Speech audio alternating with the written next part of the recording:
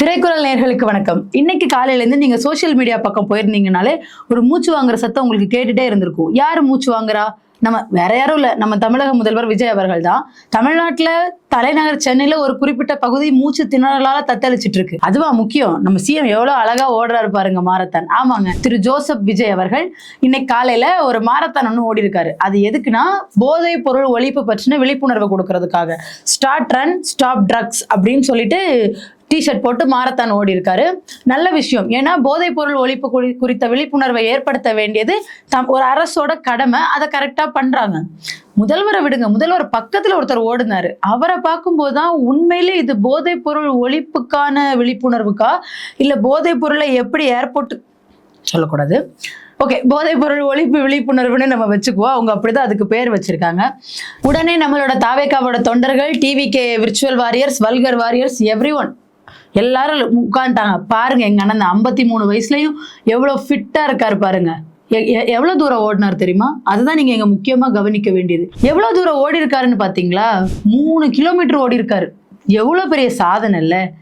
சாதனை தான். ஏன்னா அவங்க என்ன சொல்றாங்கன்னா, தமிழ்நாடுன்னு கூட ஒரு மென்ஷன் பண்ணல. இது வரைக்கும் எந்த முதல்வராவது இப்படி மாரத்தான் ஓடி இருக்காங்களா அப்படின்னு ஏர்போர்ட்டுக்கு ஒருத்தர் சொல்லக்கூடாது அப்படின்னு பொதுப்பணித்துறை அமைச்சர் இருக்கார் இல்லையா, அவர் சொல்லியிருக்காரு என்னன்னு, இது வரைக்கும் எந்த முதல்வரும் இப்படி ஓடினது கிடையாது.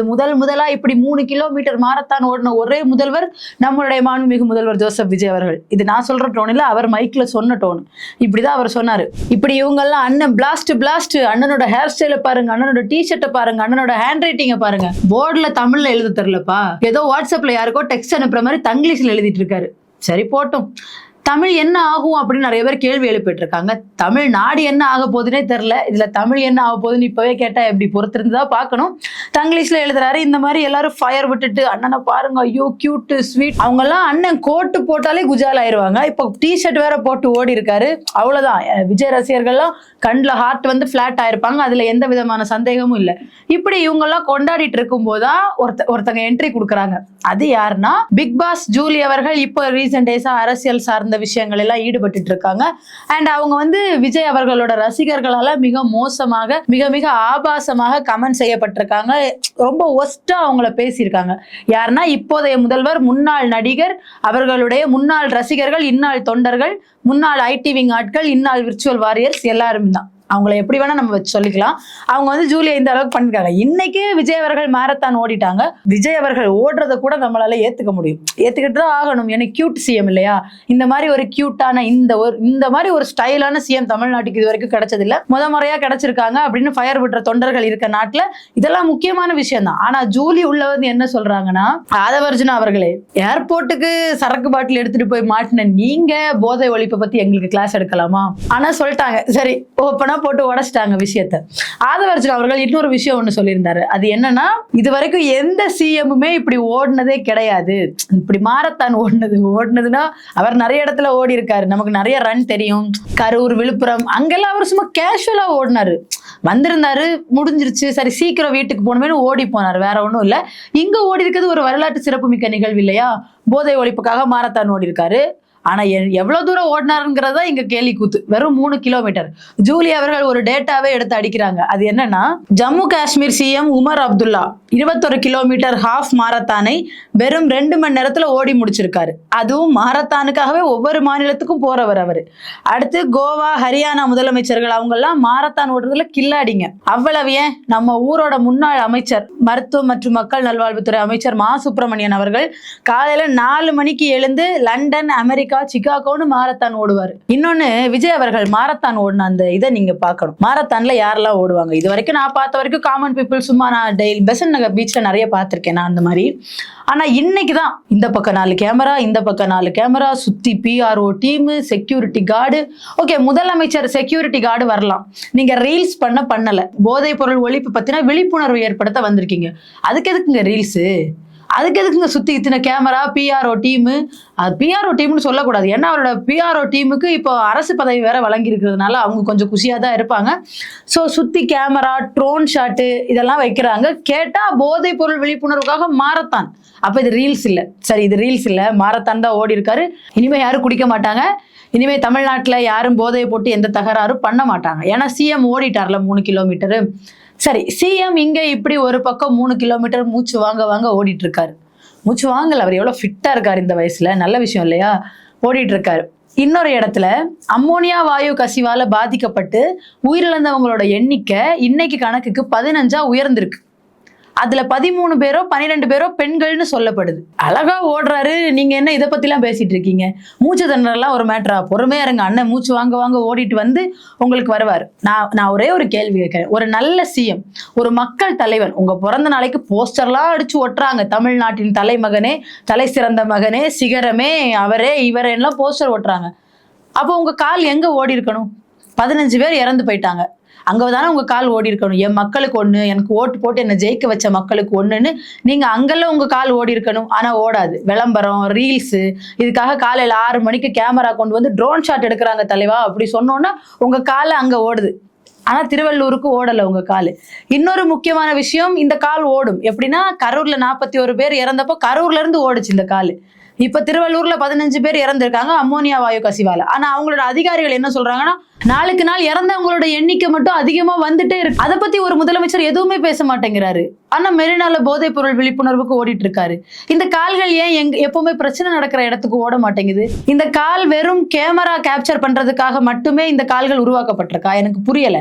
அப்படி இல்லைன்னா நீங்க இந்நேரம் ஓட வேண்டிய இடம், அமோனியா வாயு தாக்கி இறந்திருக்காங்கல்ல, அவங்களெல்லாம் அட்மிட் பண்ணி வென்டிலேட்டர்ல இன்னும் உயிருக்கு போராடிட்டு இருக்காங்கல்ல, அவங்கள பார்க்க போயிருக்கணும். ஏன் அங்க போகல?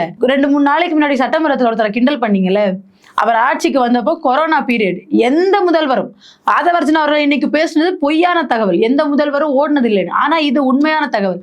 எந்த முதல்வரும் எந்த தலைவரும் செய்ய துணியாத ஒரு செயல். கொரோனா வார்டுக்குள்ள அவர் போனாரு அந்த பாதுகாப்பு உடைய போட்டுட்டு. உங்களால முடியுமா அது? உங்களால இன்னைக்கு இறந்தவங்களை கூட போய் பார்க்க முடியல. ஆனா சட்டமன்றத்துக்குள்ள அப்பாவை காணும்னு கிண்டல் மட்டும் பண்ண தெரியுது. என்ன புரியலன்னா, இன்னுமே ஸ்டில் நீங்க ஒரு திரைப்பட கதாபாத்திரம் அப்படிங்கிற ஒரு ஜோனுக்குள்ளேயே இருக்கீங்களே. எப்ப அரசியல்வாதி ஆவீங்க? எப்ப வெளியே வருவீங்க?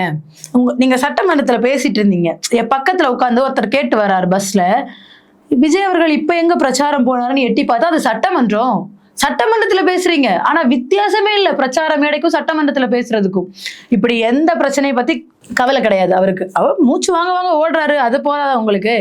ஜூலி அவர்கள் இன்னொரு முக்கியமான விஷயத்த போட்டு உடைக்கிறாங்க. அது என்னன்னா, திமுகவை சார்ந்த முன்னாள் அமைச்சர்களா இருக்கட்டும், மத்தவங்க மேலையும் இடி ரைடு நடந்திருக்கு, ஊழல் வழக்கு குற்றச்சாட்டு சொல்லியிருக்காங்க. அதுக்கு ஆதாரமும் இல்ல, அது சிக்கவும் இல்ல. அதை எப்படி டைவர்ட் பண்றது? நம்மகிட்ட தான் கேள்வி கேட்டுருவாங்களே. ஏன்னா ஆதவர்ஜுனா அவர்கள்ட்ட மைக்க நீட்டி என்ன கேள்வி கேட்டாலும், நீங்க பாத்துக்கிட்டீங்கன்னா குளத்தூர்ல நாங்க ஸ்டாலின் அவர்களே தோக்கடிச்சிட்டோம், ஸ்டாலின் அவர்கள் தோத்துட்டாருன்னு ஸ்டாலின் அவர்களுக்கு தெரியும், தமிழ்நாட்டு மக்களுக்கு தெரியும். ஏன் தோக்கடிச்சோன்னு இப்ப ஃபீல் பண்ற மாதிரி நீங்க ஒரு ஆட்சியை கொடுத்துட்டு இருக்கீங்க. அது வேற டிபார்ட்மெண்ட்.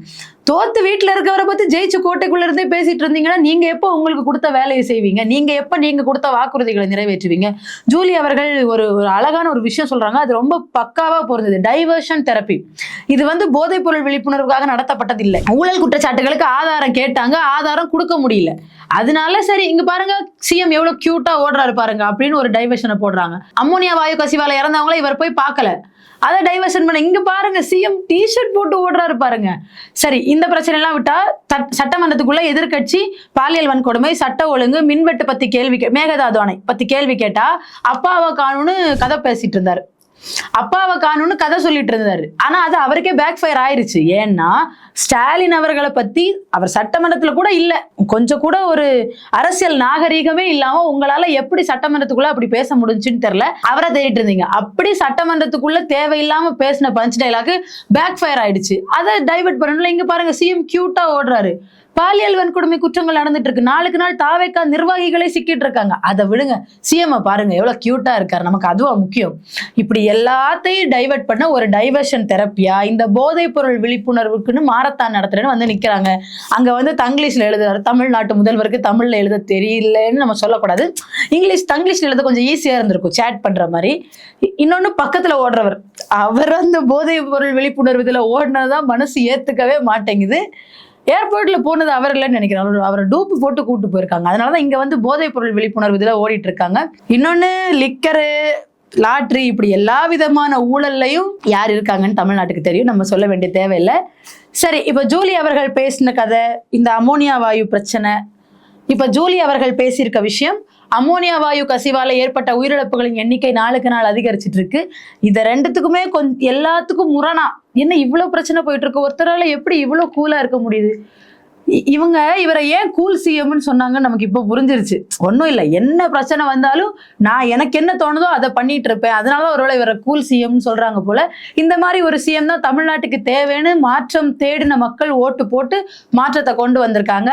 இந்த மாரத்தான் ஓட்டம், இதுக்கு பின்னாடி இருக்கிற இந்த டைவர்ஷன் தெரப்பி, அப்புறம் ஜூலி அவர்கள் பேசினது, இந்த விஷயங்கள் குறித்தான உங்களோட கருத்துக்களை கமெண்ட்ஸ்ல சொல்லுங்க. இன்னொரு வீடியோல சந்திப்போம். நன்றி.